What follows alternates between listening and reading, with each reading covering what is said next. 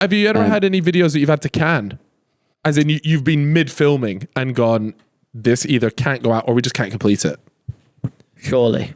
Yeah, I can, nothing comes to the top of my head though. Really? Because you always find a way to. Because we always try and find a way to make it happen or make it work.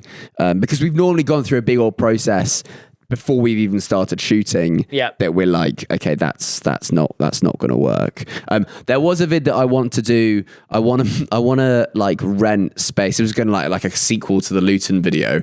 I wanted to find someone who owned land right next to one of the major motorways in the UK. And I want, in America, they have like roadside attractions. They put like huge statues up of like the world's largest aubergine or some weird stuff like that. I want to put a massive like 200-foot chicken looking like it's crossing the road just next to the M1. Like there you go. Imagine that. Like you just have this like 150-foot thing just like with its one leg out right next to the M1. Finally get the answer. Yeah. Why did the chicken and then on the other side just have a stack of chicken nuggets. That is class. So that sounds expensive. Oh yeah, that was like 200 grand before we were even kind of scratching the surface, because like there's loads of stuff that you need to think about in terms of if there's a storm, for example, and a bit of the chicken blows off, hits a car on the motorway and causes a crash. I would go to jail. So like there's just loads and loads of stuff for that. But it would genuinely, I think, become a huge British icon quite quickly if you just like every single time you're driving, we're driving past the chicken crossing the road. Yeah. Take a left after the chicken. Yeah. Oh yeah. You can see when you were little and you're driving home after somewhere and you had like a reference point, like, we're at that bridge. I know we're 20 minutes from home. Yeah, the little chef where you're like, we're nearly home. Could you do it with a not being a motorway across maybe like an A road, dual carriageway? Yeah, could you do that? Yeah. I mean, do you know what? No, it doesn't have to be a motorway. It doesn't have to be a motorway, but I reckon I might look into this. I might see if I can crowdsource this. Because I reckon you could do a Kickstarter. I reckon I could make the money. Oh my God. I will give you 10 quid. I'll back it. I think because it is so stupid. I wonder if as well everybody could have a tile on the chicken that's donated. That's a good idea. Or some, their name is etched into the chicken. Like the fucking F1 flag where everyone's names wrote on each square. Yeah. Same thing. That's a really good idea. Yeah. Then people get minimum, and there's also like tiers to it. So you donate 100 quid, and you can have an image on it. 50 quid, you get your name on it. Yeah. 10 quid, you get your initials on it. Yeah. I don't know, just something like that. Donate £1,000 and get an actual body part. Of me? Not of you. I'll sell a finger for 50k. £1,000 and you can come to the opening. Yeah, to the opening of it. Yeah, you can be an honorary. I reckon it's got legs. There's something there. It does, yeah. Literal legs, yeah. What is the most expensive video you've done?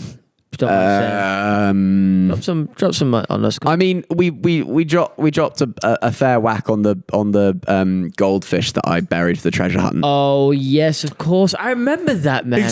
We got to talk about that. That was like actually. 30 grand. I was convinced that I figured out where the goldfish was. Yeah, everyone was convinced. No, but I had a story and some lore behind mine.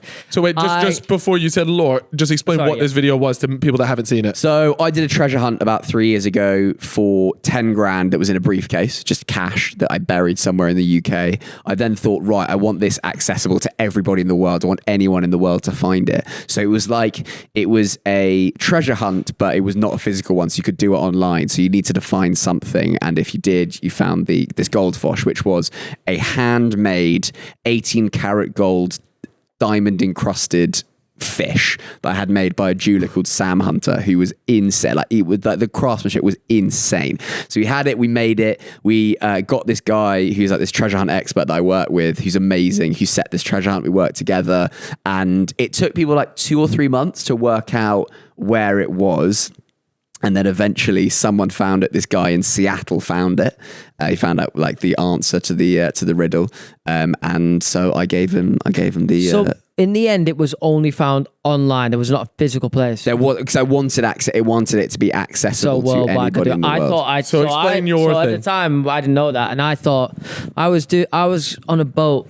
I got a boat near the Thames for a video, and some guy was like, "Oh yeah, Matt, I was with Matt's Fosh the other day," and I was like, "Oh, that's really weird." Like, just as you'd set up your thing, your treasure hunt, and I was like, has Max Fosh gone and put his little goldfish on one of these little Thames in the island? And I was convinced. Putting the fish in the Thames would have been quite a good idea. Yeah. And I was like going around to everyone, like, boys, I think it's somewhere in the Thames, man. Hang it in a box. It would have made a lot of sense. Fish in the Thames. Yeah. That would have been good. So who ended up finding it and how did they find what it? was the middle? Oh God, it was hard. It was complicated. I can't really remember. This guy who I think was he just graduated university as like a neuroscientist. So he was a clever dude. And there was a particular way that I would find out if it had been won. It was like I would get a notification off like this website that I owned, like deep in the internet, and I suddenly got this notification ping up with the right answer. I was like, "Fuckers found it." Where were you when you got the I was at home and I just like jumped on a call with him immediately, and I was like, "You got it right," and he was so shocked. But then there was an issue of like trying to get him it. So I then had to sell the fish and then give him the money.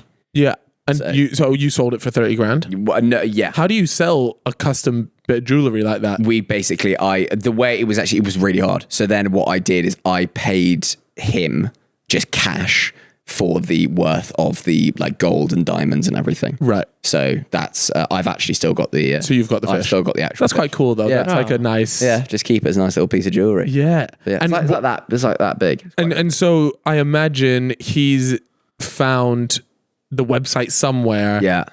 And then he's had to fill out a riddle. Yeah, it was like, I remember watching the video. I didn't explain the video how it got found. God, that was, and like those treasure hunt videos were great. Like the audience, like 0.1% of the audience absolutely loved it and were like looking Obsessed. for obsessed. Yeah. But for 99, the reason I haven't done another one since is because like what happens is you watch the first video, you go, oh, I'm not gonna work. I'm never gonna find. I'm never gonna find it, and then you move on. So it's not something that. Yeah, that's the guy who won it. I tell you what, though, I do think, I know you obviously did it digitally because you wanted anybody in the world to do it. I really believe if you teamed up with a brand and you managed to get 100 grand and you buy something with 100 grand, but it'll keep its value for 100 grand, maybe a bar of gold, whatever, and genuinely put it physically somewhere in the world. Like just anywhere in the world. And if somebody really wants it to the point where when and if they find that 100 grand, it's absolutely worth all the money and the time that they spent. Problem is, I have a problem with that, which is what happened with the 10 grand stuff.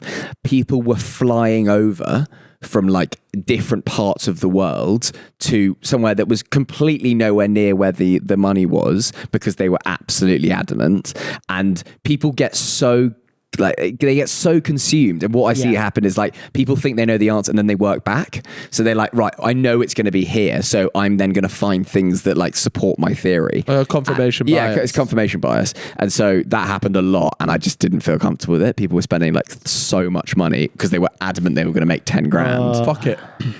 Nah. No, the reason why is because that's on you. There is no guarantee that this is there. You can drop a clue once a month or once a week for however long. Like you said, if people want to do that, do that. Just know there's a very high chance that you're wrong. Yeah. You know what videos I love? You've probably seen these on TikTok, and it's a bloke who wears a disguise, got a very deep voice, and he'll hide something somewhere in the world, and he'll say this long, elongated clue, but it's like some weird shit inside a box that's wrapped up in another box, and there's loads of niche bits to it. I can't remember the name of his account, and he'll hide it somewhere, and then people make it their mission to find his treasure, essentially. Like geocaching. It's geocaching, but it's not like, obviously geocaching is like hidden under signs and things like that, isn't it? This is just completely rogue. Dig it like in a hole somewhere in a forest somewhere in the world. I mean, I wanted to do a video of hiding. At the time, it was 10,000. I think now you'd probably have to up it a bit to make it worth people's time. But like a 20,000 just in the middle of the desert, it could be anywhere in that in the Sahara Desert, for example. And you have to and people would die. And well, that's the thing. Some people might die, and I don't know what is actually the legal. Would you give clues as to where it was? Over time. Over time, I would, yeah. Search for a month. No, because it's one of those, like, you can sit around and wait for more clues. Yeah, or you can get out there and maybe camp out there. Get out there hustling. Yeah, bro. But obviously, I'd love it if I could make it like 50 or 100 grand. But I just had this obsession with either doing that, putting it out on in the desert, or I wanted to put it in the middle of the ocean.